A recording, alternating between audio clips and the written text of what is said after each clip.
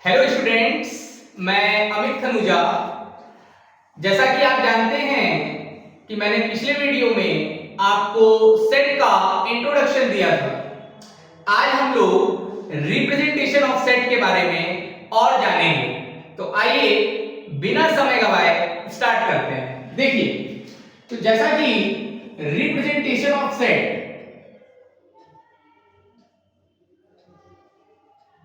Representation set का, तो हमने बोला था कि जो रिप्रेजेंटेशन होता है सेट का वो दो तरीके से होता है। एक रिप्रेजेंटेशन बताया था जिसे हम कहते हैं रोस्टर फॉर्म,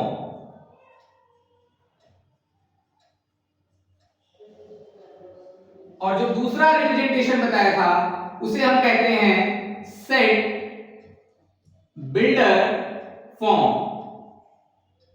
पहला जो है रिप्रेजेंटेशन रोस्टर फॉर्म और दूसरा क्या कहलाता है, सेट बिल्डर फॉर्म। तो आइए कुछ एग्जांपल्स लेते हैं सेट के और इसको रिप्रेजेंट करते हैं। जैसे कि पहला सेट, मानिए हमने बोला एक सेट दे दिया, एक सेट लिखा ए और उसमें बोला कि आपके पास कुछ एलिमेंट्स हैं। जैसे एलिमेंट्स मैंने लिया 2, 4, 6, 8 और 10।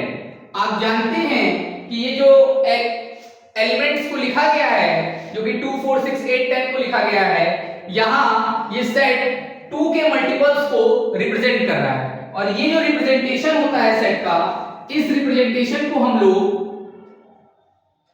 रोस्टर फॉर्म बोलते हैं। क्या बोलते हैं?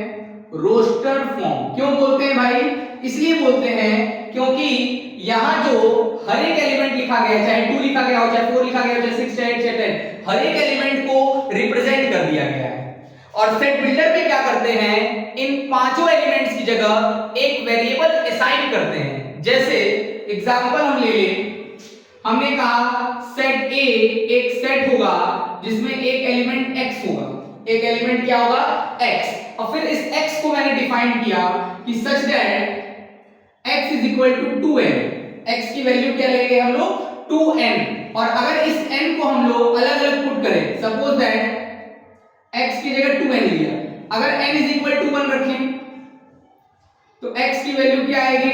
2 into 1, तो 2 आ जाएगी। बात समझ रहे हैं? पहला एलिमेंट आ गया हमारा।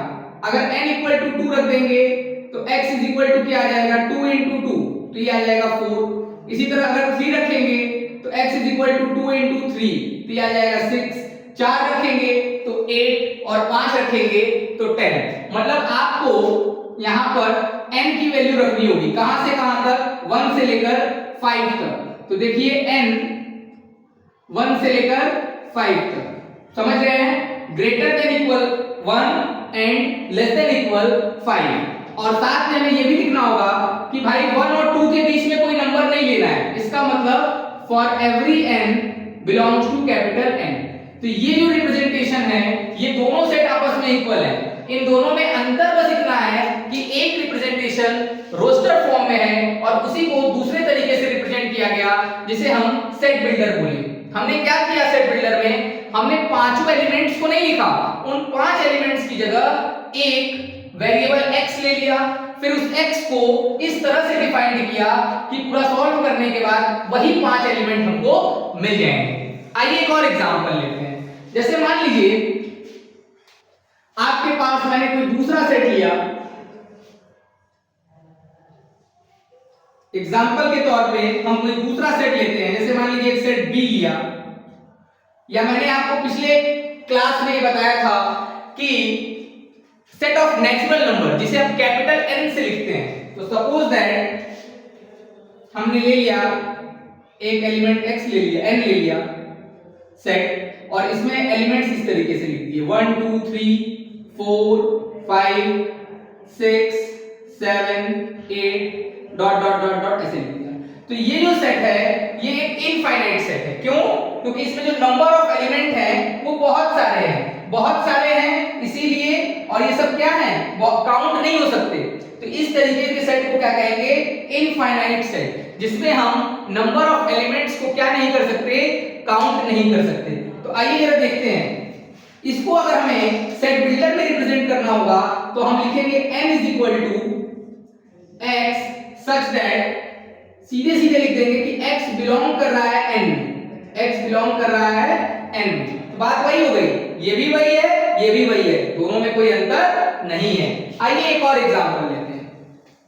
जैसे मान लीजिए हमने एक सेट B लिया और आप ध्यान से देखिएगा 1 4 9 16 25 पांच एलिमेंट मैंने ले लिए, 1 4 9 16 और 25 पांच एलिमेंट, और इन पांचों एलिमेंट्स को मैंने लिखा है। तो ये जो फॉर्म होगा इसे हम क्या कहते हैं, टेबुलर या रोस्टर।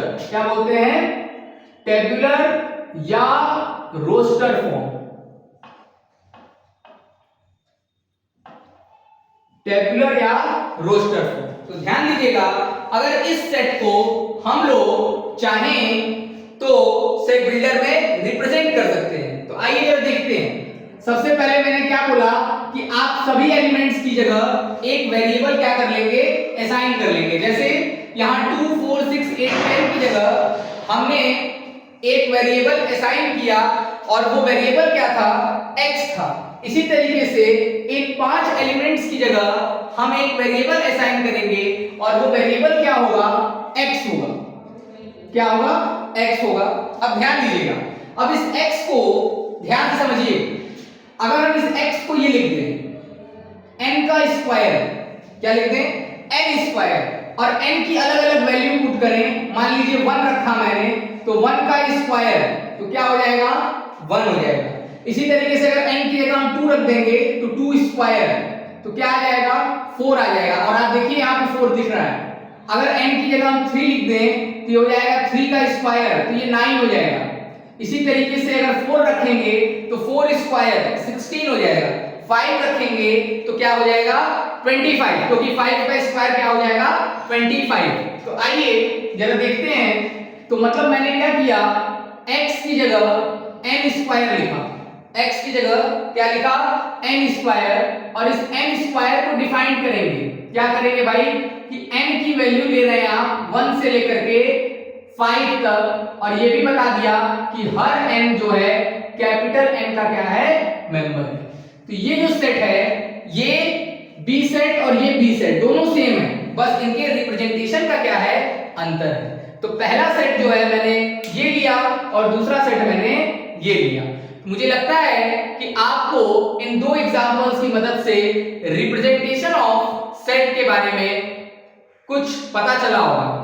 ठीक है, नेक्स्ट वीडियो में हम लोग टाइप्स ऑफ सेट के बारे में डिस्कस करेंगे। Thank you.